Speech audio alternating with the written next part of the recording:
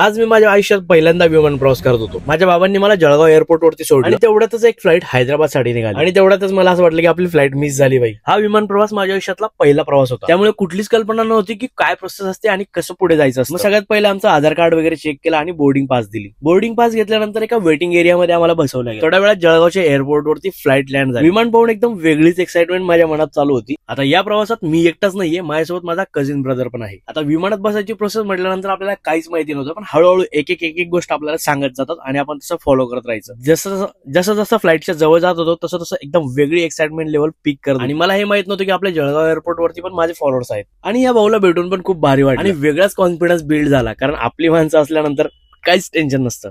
Flight मध्ये enter केला आणि एक वेगळीच म्युझिक कानावरती आली।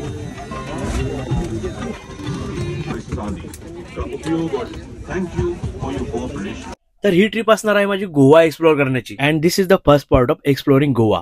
आणि हो, बऱ्याच जणांना या गोष्टीची क्युरियोसिटी असते की विमानात, मला बोलायची गरज नाही पण तुम्ही समजून घेतलं असेल, मला पण वेगळीच एक्साइटमेंट होती की विमानात वॉशरूम कसं असतं। आमची फ्लाईट लँड झाली गोवा मधील मोपा एअरपोर्ट वरती। हे एअरपोर्ट तसं एकदम सुंदरच होतं आणि उतरल्यानंतर आम्ही जाणार आहोत नॉर्थ गोवा मध्ये। तर पुढच्या पार्ट मध्ये मी गोवा एक्सप्लोर करणार आहे, त्यासाठी फॉलो करायला विसरू नका।